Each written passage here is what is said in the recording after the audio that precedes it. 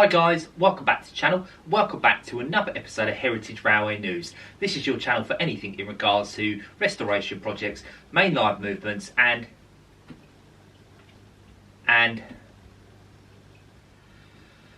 do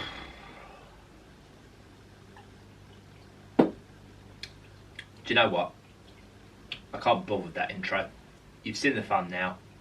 You know what I'm going to talk about. Hence why I've got a drink in my hand. If you're like me, it's been a very, very stressful day.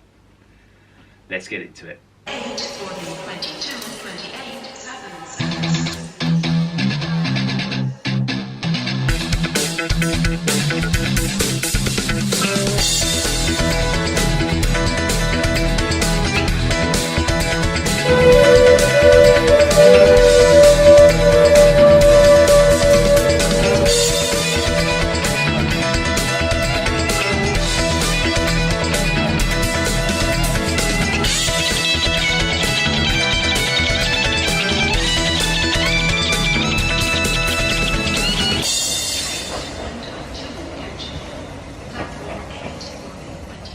So the first topic I want to talk about is all to do with the Great Gathering. Yes, the Great Gathering. For any of you who do not know, the Great Gathering is going to be the greatest assembly of all rolling stock and locomotives seen in a lifetime. And we're doing it to celebrate Rail200 this year. Now, why is this in the news? It was announced months ago. It's because tickets went on sale today. And let's just say, it didn't quite go as planned. So today was the day.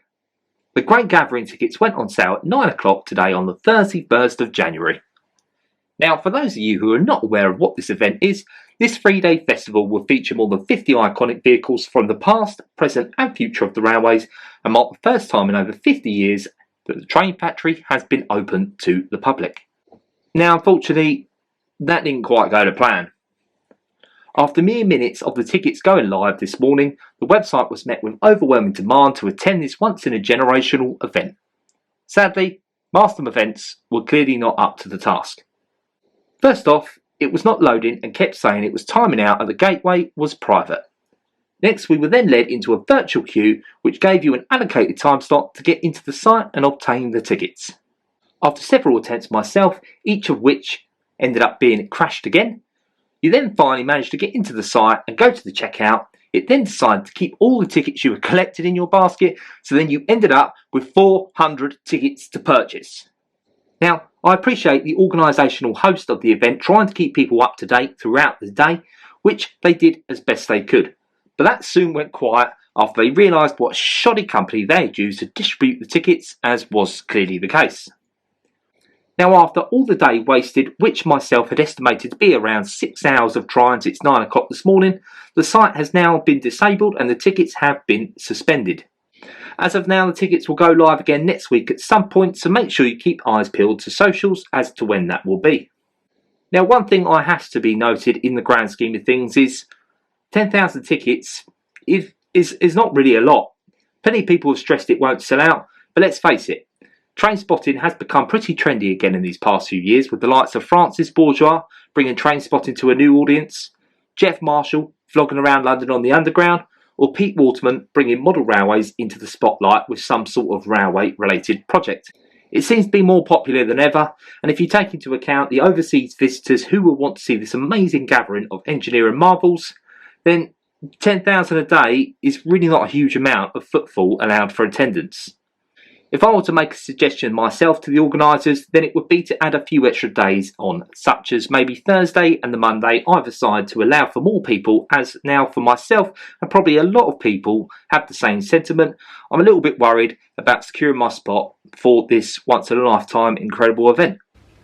So yeah, it's been a bit of a stressful day. Like I say, I think I must have waited around for about 6.5 hours, 6 hours, just to be told there is an issue, we're going to wait, and we've got to wait till next week now to hopefully try it all over again and try and accumulate some tickets if we can. Now let me know down in the comments what you think. Do you think 10,000 is enough per day? Personally, I'm a little bit sceptical of it. I mean, realistically, you've got one person who's into trains, they will decide, oh, entertainment there. There's going to be a fun fair. There's going to be loads of stuff, live entertainment, bars, stalls and everything. Let's take the whole family. Family of 5, they take their family of 5. Tickets are realistically going to rack up very, very quickly. I personally would like them to release more tickets if they can, but then I suppose 10,000 a day, then you've got the idea of, if you increase that even more, then is it going to be enjoyable for everyone? Probably not. But I think personally they can release a couple more days, or maybe do it over another weekend as well, so 2 consecutive weekends maybe, potentially.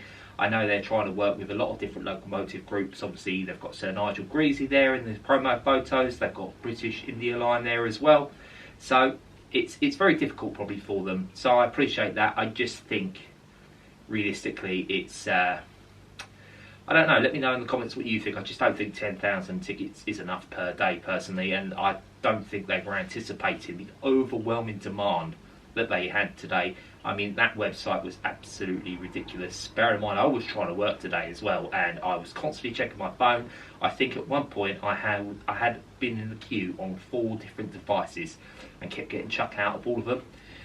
And I don't necessarily blame the organisers. I just think, you know, Marston Events, I've never heard of them. Have you ever heard of them? Let me know if you have. I've never heard of this company at all, and I just generally don't think that they were up to the task. They clearly weren't. They don't have the malware for it. It was just, yeah, it's very stressful. It's a drink. But yeah, like I say, God, do you know, I'm just so frazzled from today. I'm so frazzled, I don't even know what to say about it. I suppose maybe they could go with Eventbrite or Ticketmaster. Maybe, I personally think if I had a prediction, they might actually go with a different ticket event organiser as of next week. I don't think it's going to be Marston Events as of next week. That's my prediction, because I just think they're not going to do it. And again as well, why couldn't that company have tested it out beforehand? They clearly have not done many big events like that before. I mean, I had a look online at them as well, and they mainly do sort of car show events. I don't think they've ever actually dealt with an event like this, and especially in this scale as well. I mean, when car show, I'm not talking about Goodwood, I'm talking about little vintage car shows and stuff like that. So it's just very, very mind-boggling. I think the Great Gathering run away and they sort of licked their wounds, the event organisers, and I don't blame them. Like I say, I'm not blaming them at all. I just think it's just been a shambles all day round. And yeah, I suppose this is a little bit of a forum for you to vent your dismay from today. If you want, leave it down below and we can all join in each other's pain. And finally, I'm not going to leave it on such a negative note this week. Normally I would cover 3 topics, but like I say, I've just been so focused on that today, not even really been able to think about everything else. But literally there was a little bit of a sunbeam through the cloud right at the end of all that, and that is all to do with the Bluebell Railway, and they have announced their Giants of Steam Gala lineup. So get ready for an unforgettable celebration of Steam of Giants 2025. This incredible event will shine a spotlight on the new chapter of railway preservation, highlighting impressive new build steam locomotives. The Bluebell Railway is delighted to announce 60163 Tornado, 6880 Betton Grange, and 2999 Lady of Legend will be our guest locomotives for this year's gala, running alongside our very own newly built locomotive 32424 Beachy Head. We must thank the A1 Steam Locomotive Trust, the Betton Grange Society and the Great Western Society for allowing these engines to take part in our gala in October. This event is aiming to be the biggest gathering of newly built standard gauge steam locomotives so far in preservation, an event not to be missed. Giants of Steam 2025 marks an important event on our calendar for the Bluebell Railway, but also the Railway200, a celebration of 200 years of railway history. Don't miss this rare opportunity to witness these locomotives in action, celebrating the past, present and future of steam. So yeah, Giants of Steam this year is looking very, very much Great Western themed, and I'm all here for it. It seems to sort of been the theme going forward for quite a little bit of number of time, and the fact that they've got Tornado there is going to be a huge, huge crowd puller for them as well. They seem to always get one standout locomotive visit them from time to time, be it the Flying Scotsman, be it obviously Sir Nigel Greasy last year, and of course obviously now we've got Tornado, so really props to them. It looks like it's going to be an absolutely incredible event. But yeah, other than that, that's been Heritage Railway news this week. I really hope you've enjoyed that. If you have, give us a like, comment down below, and subscribe. Really helps out the channel. Check out the affiliate link for Rails of Sheffield if you want to support the channel in another way. Other than that, I'll see you in the next one, and everyone have a good weekend if you can.